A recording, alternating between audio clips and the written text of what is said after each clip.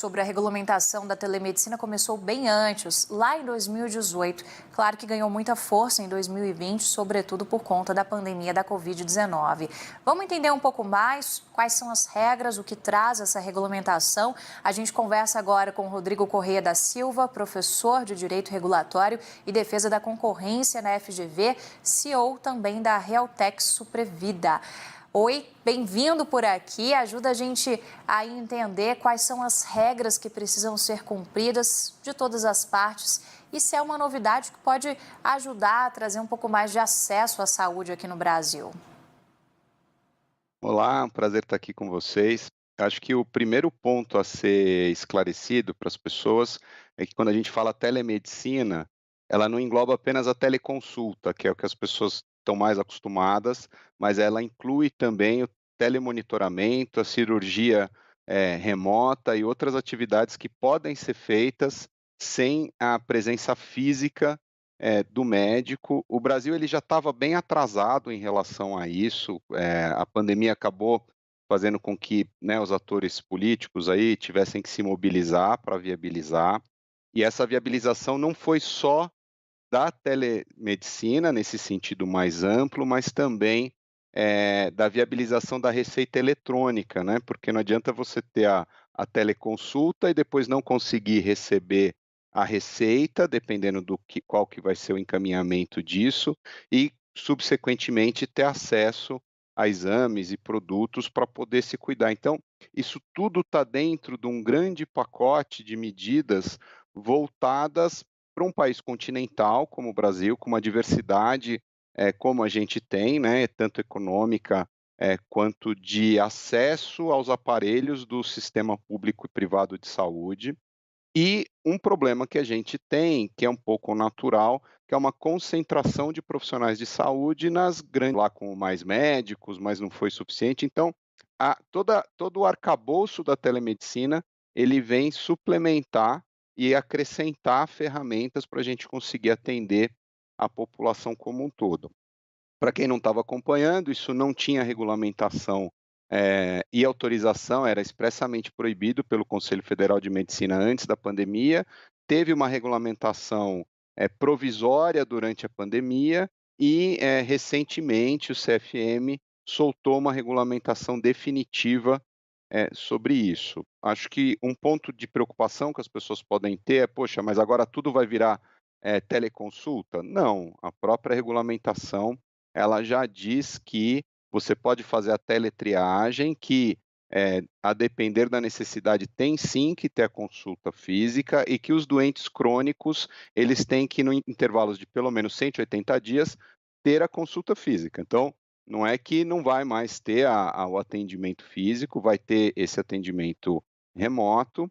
E a grande vantagem é que pessoas que estão em localidades com menos acesso passam a poder acessar profissionais do Brasil inteiro, e esses profissionais também, que antes tinham uma limitação de atendimento, né, pela distância geográfica ali dos pacientes que podiam chegar neles, agora também podem atender no Brasil inteiro. Isso inclusive pode fazer com que os médicos fiquem nas suas regiões, né, não tenham que ir para ter sucesso profissional, ir para as capitais e alimentar esse ciclo vicioso. Então, é uma coisa, muito boa, necessária.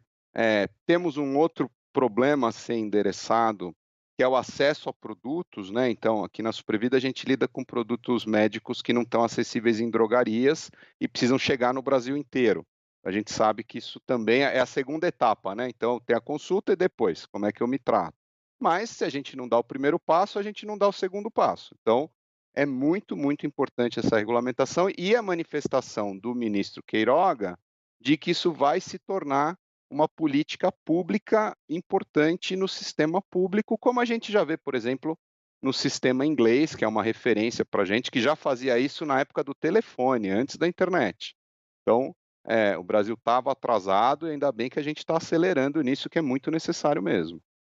Algumas dúvidas que me surgiram aqui com a tua fala, Rodrigo. Primeira, em relação à responsabilidade de diagnóstico que a gente tem a partir de uma consulta que é feita sem o contato ali direto do médico com o paciente. Inclusive, um médico que de repente está no sul do país pode atender um paciente que está lá no norte ou vice-versa, né? A distância, nesse caso, ela não importa. Mas em quais casos se tem uma real necessidade e aí se pode apontar responsabilidades médicas também sobre essa necessidade de se ter um contato muito próximo desse paciente com o médico.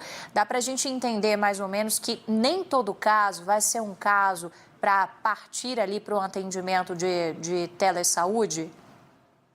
Com certeza, a própria regulamentação, que foi de maneira muito responsável, feita pelo CFM, diz que é uma teletriagem, então é uma primeira etapa de atendimento onde você, por vídeo, faz um pré-diagnóstico, né? Ninguém faz diagnóstico por vídeo, porque, né, o corpo humano é uma coisa física e tem o trabalho de anamnese físico ali que o médico faz, inclusive muitas vezes para direcionar quais são os exames que vão ser pedidos ou não, né? Aquela coisa, dói aqui, dói ali, como é que você sente, a ausculta, isso continua sendo totalmente necessário. A própria regulamentação diz que é uma teletriagem, né? Então, numa entrevista, o que um profissional consegue saber? Quais são os sintomas, qual o nível de urgência daquela situação. Então, puxa, é uma situação que, olha, desliga aqui e corre para o pronto-socorro?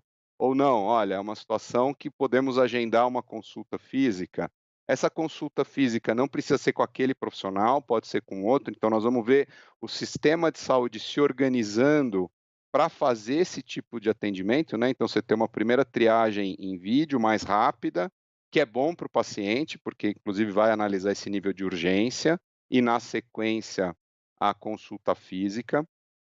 A questão dos crônicos, acho que foi muito responsável também do conselho dizer que, olha, tem que de vez em quando ter uma consulta física, então não vai ter essa substituição. Acho que tem alguns riscos que as pessoas têm que tomar cuidado, principalmente saber se quem está do outro lado é um médico mesmo, né? Se eu estou me consultando, e isso vale para o físico também, mas acho que no remoto, com a questão da distância, isso se torna mais crítico. Então, poxa, vou me consultar, vou pesquisar no conselho, ver se essa pessoa tem um registro válido, ativo, vou pesquisar um pouco sobre as certificações, a carreira dessa pessoa, se ele é um especialista mesmo, enfim, acho que nós vamos ter que passar a ter mais cuidado com a informação, acho que as sociedades médicas, os conselhos também vão precisar dar esse acesso mais facilitado para as pessoas poderem fazer esse tipo de confirmação. Na receita eletrônica ela já existe, porque já é um validador feito pelo governo federal em parceria com o conselho, então já existe essa validação. Então, acredito que tem um nível de segurança. Claro que com a ampliação do uso, nós vamos talvez descobrir riscos que nós não estamos vendo hoje, né? Então, acho que um exemplo muito bom e que está acontecendo hoje é o Pix, né? O Pix é uma solução maravilhosa, é ótima, é melhor que o boleto, está fazendo as transações serem mais rápidas, mais baratas, mais ágeis. Mas depois que foi para a rua, a gente descobriu alguns riscos do Pix que ninguém tinha pensado antes. Então, o regulador, e aí o CFM é o regulador da profissão do médico, ele tem que ter a abertura para, uma vez feita a regulamentação, ver como é que ela se comporta no mundo real, né? Então, é a revisão. Eu coloquei no mundo real, as pessoas começam a usar, talvez precise de aperfeiçoamentos, talvez se perceba que tem riscos não percebidos, ou que tem algum requisito que não é tão necessário. Então, regulamentação é uma coisa que deve ser viva e o conselho tem que ser aberto a isso. O que a gente viu foi uma postura muito diferente pela pandemia, que é positiva. Então, acredito que vai ter essa abertura para eventuais revisões que se façam necessárias. Acho que a população também tem que criar o hábito de se comunicar com os conselhos regionais, com os conselhos federais, denunciar abusos, participar da construção do marco regulatório. E uma coisa que eu estou sentindo falta nessa discussão, e aí, né, do ponto de vista de quem olha academicamente, que trabalha no setor saúde, eu estou sentindo falta do conselho de enfermagem, né, porque boa parte da triagem, por exemplo, ela pode ser feita pela enfermagem, que é um recurso mais disponível muitas vezes que o médico e que poderia ser estimulado também. Então, conselho de enfermagem também precisa entrar, nesse jogo, até porque para a gente atender a população toda, não dá para contar só com médico, porque a gente não tem médico suficiente para todo mundo e nem formamos médicos nessa velocidade. Então, e se a gente olhar, por exemplo, o sistema inglês, que é uma referência de sistema público no mundo, ele usa muito a enfermagem para esse tipo de triagem preliminar, até para situações mais simples, o enfermeiro, por exemplo, pode prescrever determinados medicamentos de situações, né, que não são tão agudas. Então, a gente não usa bem a enfermagem aqui no Brasil, e é uma coisa que tem um potencial também tão grande quanto a telemedicina feita pelo médico. Uma das coisas que me passou também pela cabeça é a questão da assinatura e do carimbo do médico. Em receitas, você entrou nesse assunto, e em atestados médicos, por exemplo. Isso pode abrir margem para fraudes? A questão dos atestados é muito forte, por exemplo, no serviço público, né?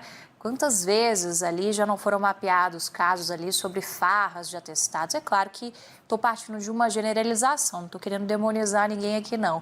Mas isso acontece no serviço público, no serviço privado. E aí, como assegurar realmente que esse atestado, ele é de um médico que tem um registro no CFM? Como que isso é feito e o que a regulamentação traz de segurança em relação a isso?